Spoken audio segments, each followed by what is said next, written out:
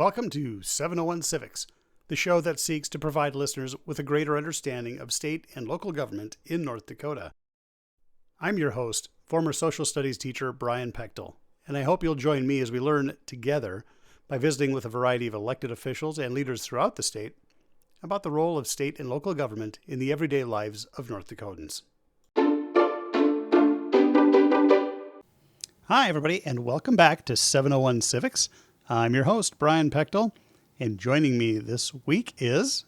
Samantha Pechtel. That's right, my favorite and only co-host so far. I didn't realize I had leveled up to co-host. I thought it was just kind of like a strange guest that came on. You're unpaid either way. Yes. This time, what we are going to be covering on this particular broadcast is the completion to House Bill 1479. And that is us following a bill from its introduction through its time in the House and Senate and getting signed. Because this one got signed. I'm very excited. Spoiler alert. Yeah, I'm sorry. If anybody's been following along, you would have known it. It is passed. So our very first episode, we had talked about how the bill is introduced, a little bit of how I approached my legislator. And that's Representative Karen Carls from District 35 to introduce a bill to make October 1st North Dakota Constitution Day. And of course, there's a couple reasons why. And one of those is that that's the date when North Dakota citizens ratified the Constitution back in 1889. So, a little factoid for you, just that's right, bar trivia if you need some. The Constitution itself was drafted that summer in a relatively short amount of time in Bismarck, also in 1889, kicked off July 4th, I believe. So they got it written up to the voters, and it was passed by basically better than a 2-to-1 margin, if I remember correctly. So I had thought that it would be a great idea to make that something for North Dakotans to really become aware of, understand that the Constitution was passed, and then to dive into it. It's an extensive document. It's more than triple the national Constitution. I mean, I don't know how many people actually would realize that the states have their own Constitution. Right, and we may have mentioned that last time. Every state has to have one. And there's certain parameters that the federal government puts forth that a constitution must have. So we have ours there. It's constantly getting tweaked, whether that's by the voters or by the legislature. Our constitution has been amended about 167 times in North Dakota. And you can compare that to the 27 times at the national level. So our Constitution is much more fluid than the national Constitution. So I reached out again to my legislator late December, early January, and the bill was introduced on January 20th, and then it was assigned to a committee, and that committee naturally was agriculture. Yeah, makes complete sense. Right. Yeah. One of the reasons why, and I had asked one or two of the representatives, how come agriculture as opposed to anything related to government or so forth? And the reply back was that, honestly, the committees, some of them were kind of being overworked, and some had less to do. So they thought, we're going to put this into agriculture, which had a little bit more time to look at it. And so that's how that happened. Kind of makes me laugh, though, because North Dakota is so heavy on agriculture. So they were like, oh, we just don't have any bills this session, I guess. So. Yeah, I mean, they certainly had bills, but apparently nothing too big or too controversial that was going to take up their calendar. And looking back at the original Constitution, it was drafted, I think the majority of the attendees were farmers. Makes sense. So there are also a number of attorneys, but a good number of farmers represented that original drafting. So maybe it's fitting. Yeah. It's karma or something. So the committee hearing was on January 30th in the House and came out of committee positively. Several of us testified or had testimony submitted. and came back as do pass from the committee, 12-0.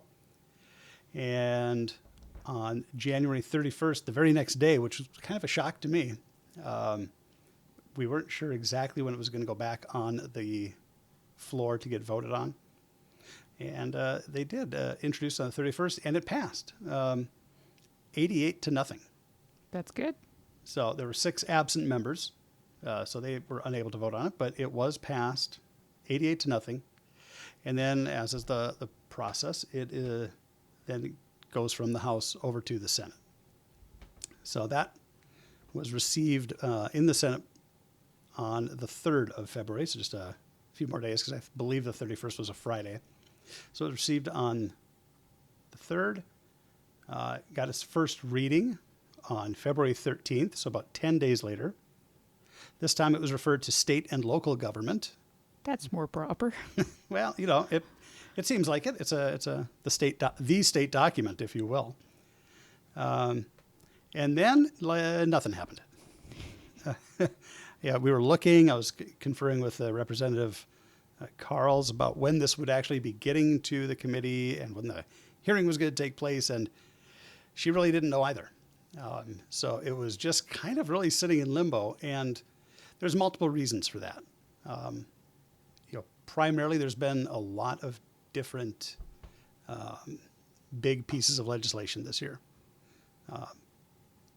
Primarily property taxes, the single biggest, which as we're recording this, there's been some action in the House today, which I haven't looked at, so I'm not entirely sure where it's at, but by the time this airs, everybody else will. So you can take up those looks on property taxes. There were school bills, there were library bills, there were all kinds of bills that garnered a lot of attention and took a lot of attention in both of the chambers. Sure. So ultimately, this bill, which is really not very controversial, was kind of backburned a little bit. But the nice thing about the North Dakota legislature is they're not killing it in the committee. It's not just going to vanish, because once it's been introduced, it has to be heard by both chambers, as it was introduced in both, and then it has to be voted on. So one way or the next, it's going to get a vote. That's good. So it goes to committee, just following the timeline here, on the 3rd. Committee hearing. 2 months later. 2 months later, Right. about to the date from when they received it. And again, there's just a few of us there. There were some folks that had submitted electronic testimony, so that was nice to see. But there was the bill sponsor, myself, and another individual that gave testimony that morning, or that afternoon, excuse me. Later that next day, there was a 5-0 do pass recommendation there. So why did they wait? Because I know when it went through the House committee, they voted for it on the spot. Like the testimony was given, and they said do pass right there. But this one, it took them a day to recommend to pass. So why did they wait? Why didn't they do that right after all the testimony was given?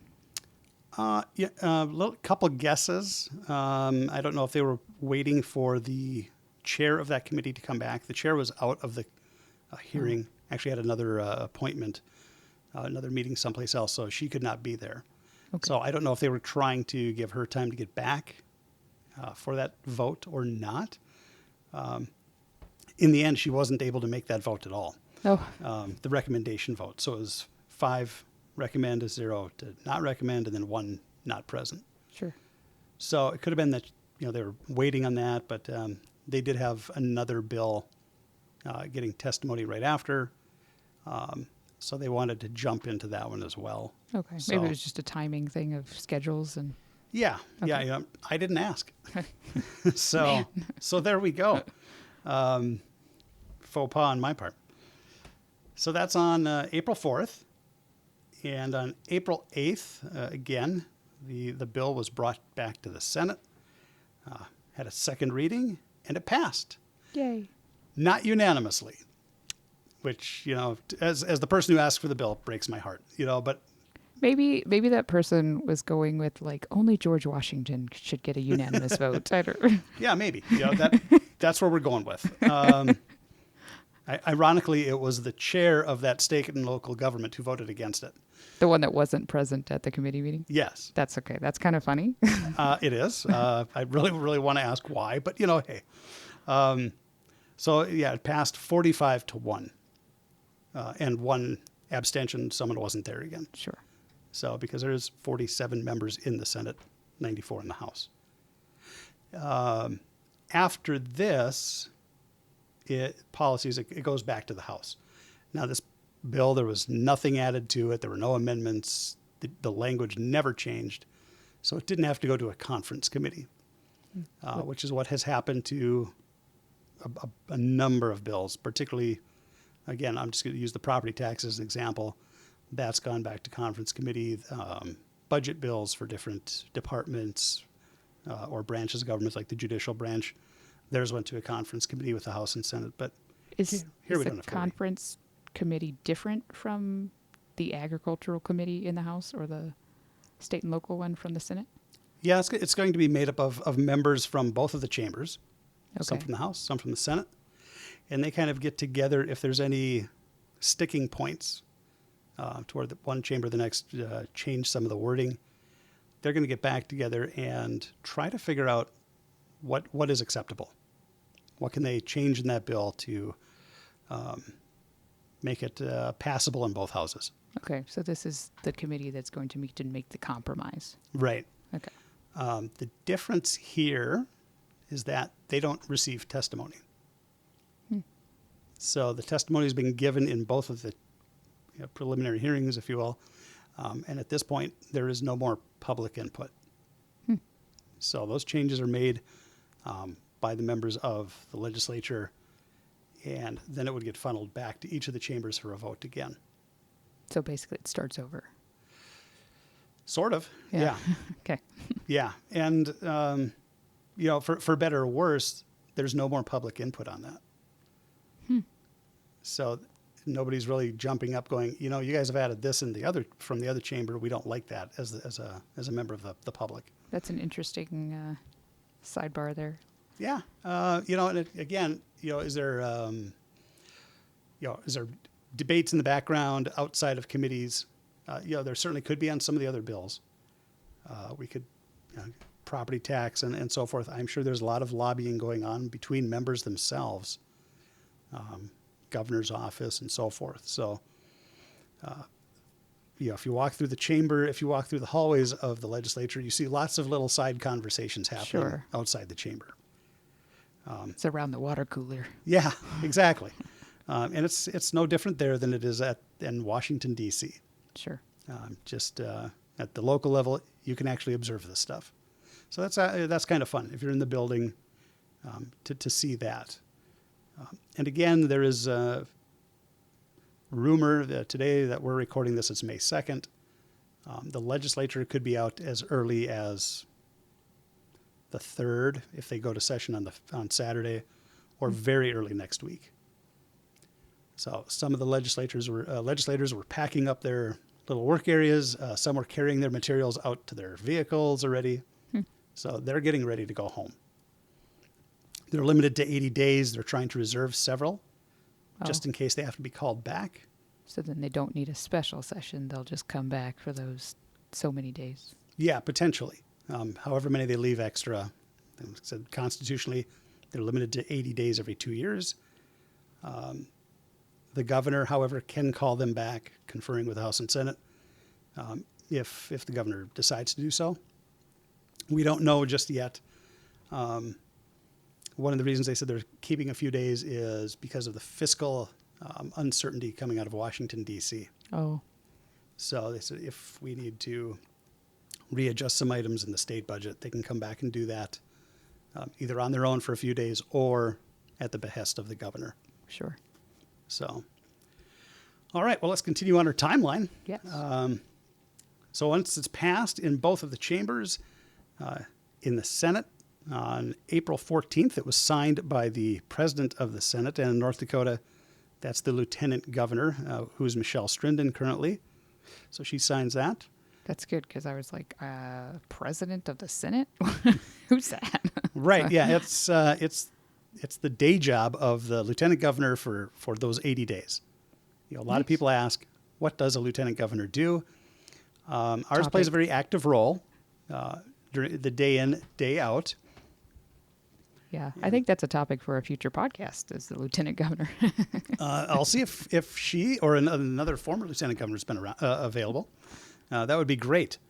Because a lot of people assume it's like the vice president of the United States are just waiting for someone to die, which sounds horrible, but it's kind of in people's mindset, and it's not actually the case. Lieutenant governors, vice presidents, they're often given additional tasks by the governor to focus on something. So once Michelle Strinden signs it, on the 15th, the bill is also signed by the Speaker of the House, Representative Robin Wise, if I'm saying the name correctly. I hope so. You'd know better than me. So. I would, and I don't. I can tell you what he looks like. You're great with faces. You're terrible with names. This is true. This is true if anybody bumps into me. So I'm sorry right now that I forgot your name. On the 15th of April then, tax day, the document was sent to the governor's office. And so from there, the governor decides whether or not he's going to sign it. In this case, our governor is Kelly Armstrong. And so sent on the 15th, and the bill itself was signed on the 18th of April. Yay! Woo! Party. Once again, it's kind of a surprise. Kind of got to look and go, okay, is it going to show up? Where's it going to show up that it's signed? I was alerted by my representative that it was signed. And then on the 21st, that bill is filed with the Secretary of State, Michael Howe, and it's going to become law. So That's awesome. 2025 will be the very first Constitution Day in North Dakota. Woohoo! So very excited by that, obviously. On May 1st, we actually had a ceremonial signing. And if you watch the news a lot or see pictures in the paper, you'll often see the governor sitting in the Great Hall. And usually there's a person on each side, and there's people standing behind, typically bill sponsors and whatnot. And you'll see the governor signing. That's not the bill. Sorry to blow the cover. Maybe there is in some rare cases, but it's actually, it's ceremonial because it's looked at as an important milestone for that particular bill or law, and they're wanting to celebrate its passage. Sure. So that happened on May 1st, which coincidentally, and just by a happy happenstance, May 1st is celebrated nationally as Law Day. And it has been that since Dwight Eisenhower was president. Every May 1st, the American Bar Association typically puts out materials and notifies people of the theme of Law Day and so forth. So I thought it was pretty special that we can coincide the signing of North Dakota Constitution Day with the celebration and recognition of the rule of law in the United States. Yeah, that is kind of cool. So it wasn't planned that way because there was about, 5 or 7 other bills or more that were also signed at the same time. Sure. So outside of that picture, it's chaos. It's like Facebook, anybody's Facebook feed. That's right. That's right. The smiling children and then the reality is something else. Yeah. In this case, there's the nice picture with everybody. And then off surrounding on both sides, there were chairs for people. There was representatives and senators and all kinds of talking. And one of the individuals is randomly yelling out the bill names for the people to get together to get in that picture. This is like, I just imagine like any mom who's ever been to like soccer pictures. This is exactly what this looks like. Okay, get over here now. Exactly. Yeah, organized chaos. The governor did a great job. I did comment to him. I was one of the people sitting next to him. And I commented, he's mastered the smile really well. Should I say what he said? He says, he was thinking about the legislature finally wrapping up, and, going home and maybe things settling down just a little bit. Well, this is his first year not being on the legislative side because he's a governor now. And he used to be in the legislature, so I bet that's a very different angle to get used to. Yeah, it certainly is. He did start out as a legislator in the North Dakota legislature, and then he moved on, of course, to the United States House Right. For several terms before coming back to North Dakota. So that's a really interesting thing. He himself is an attorney, and one of the things I thought that was kind of really nice and special for me anyway, the symbolism. We had the governor there as the executive branch. We had the legislators, this is the legislative. And then the state court administrator, Sally Hollowa, was there representing the judiciary. Oh, all three. So we did have all three branches represented for this bill, which is, again, nonpartisan. And because I have it in front of me, I'm just going to read it so you know what it says. There you go. Give a little bit of the third bullet point on the bill. It says, to commemorate the adoption of the Constitution of North Dakota on August 17th, 1889, by Constitutional Convention, and the ratification by vote on October 1st, 1889, by the people of the territory that would become North Dakota, and to encourage state citizens to seek greater knowledge and understanding of the Constitution of North Dakota. The 1st of October of each year is designated and established as North Dakota Constitution Day. That's great. So yeah, it's as I said, it's a minor thing, but ultimately, I know my hope is that we can raise awareness among all citizens of North Dakota to really take a look at that document. As I said, it's lengthy. It's not short. I think a lot of people would be very surprised just in some of the details, how it's broken up, the different articles and whatnot. And maybe that's, again, a podcast for another day. Yeah. Because there's no study guide to it. There's no book about it. As far as I know, there's no official publication of it by the state. Interesting. You can hop on Amazon, and there's people who do publish these things. You can order them, but it's nothing sponsored by North Dakota. So my great hope is that we can get people to take a look at this, particularly schools, students. In North Dakota, there is no requirement to study North Dakota government outside of 8th grade. So the requirement for history in North Dakota is 4th grade and 8th. And then in high school, schools simply have to offer North Dakota history every other year. And if kids don't take it, they don't have to have it. Yeah, seems like we're missing a big piece of our history. Our history, our government itself, the understanding of that. I've always said that the state governments and local governments make a far bigger impact on people's lives than what the federal government does. Sure. And I can tell you, as a former social studies teacher myself, who's in the classroom for a good number of years, the time that we spend on local and state governments and practices is extremely limited. And in small districts like I had taught in, that's really up to the discretion of the teacher a lot of times. We're hitting the standards and whatnot, but you can hit those a number of ways just by looking at the national government. Sure. And we certainly need to understand our federal government, our federal constitution, how that all works. But ultimately, when there's local taxes and so forth, people have to understand where that originates, what they can do, how to contact their legislators, and realize that there's certain things governors can and can't do. Our governor's limited quite a bit on power, but they do have the bully pulpit, so they can make a lot of noise and really encourage legislators to go one way or the next. So, and in North Dakota, it's essentially a one-party system, and so that's its own very unique aspect of governing in our state. For good or bad, there's factions within the Republican Party itself, and so Democrats probably would say they don't need to have the party in there too much because the Republicans are fighting amongst themselves. Yeah, that'll happen. So and it will.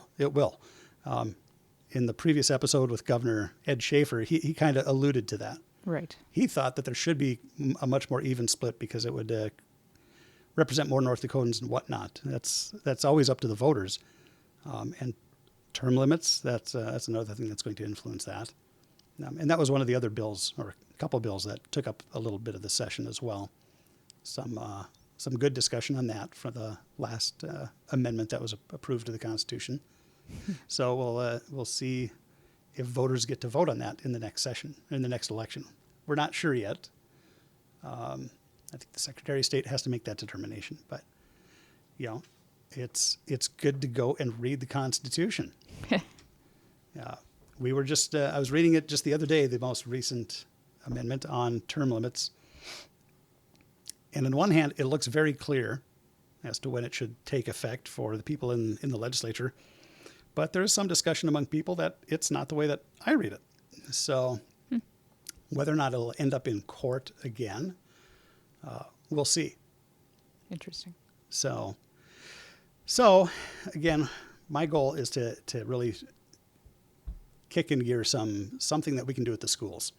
Yeah. And in my position, I do a lot of outreach with social studies teachers in the state.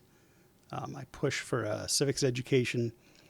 And so I'm going to make that push as soon as everybody's back in school. What that means, I'm not sure just yet. We've got a summer to figure it out. I'm still working on it. And yeah, there is a summer to figure that out. So it could be something as simple as an essay contest That'd be kind of fun. for different schools, for students throughout the state on a particular topic. Maybe it is term limits. Who knows? Just got to kind of look through there and kind of determine that, and then see how we would have that process go.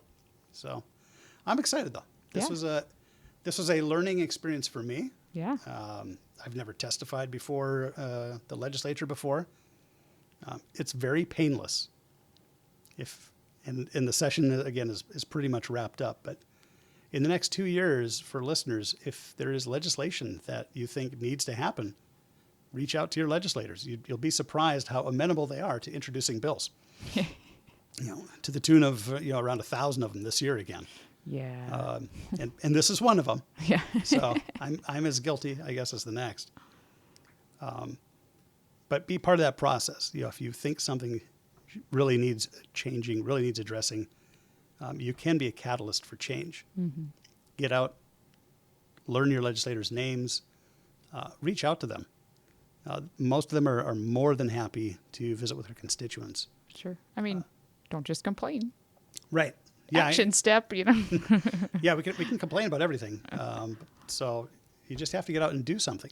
Mm-hmm. And go out and testify in person.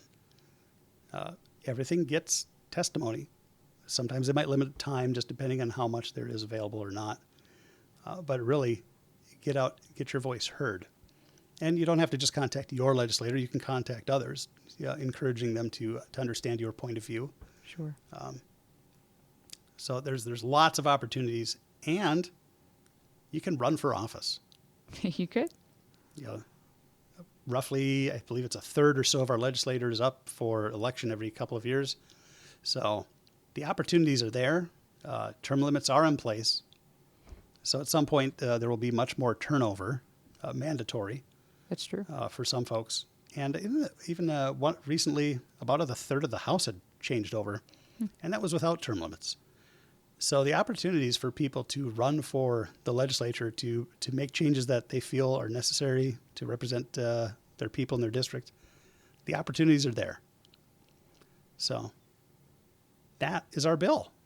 And that's our word of encouragement for people to get active, to do something that you feel needs to be done. There you go. You might not always win, but your voice is at least heard. Yes. And October 1st is North Dakota Constitution Day. That's right. Get out the red, white, and blue, especially blue cake, because our blue flag. Yes. All right.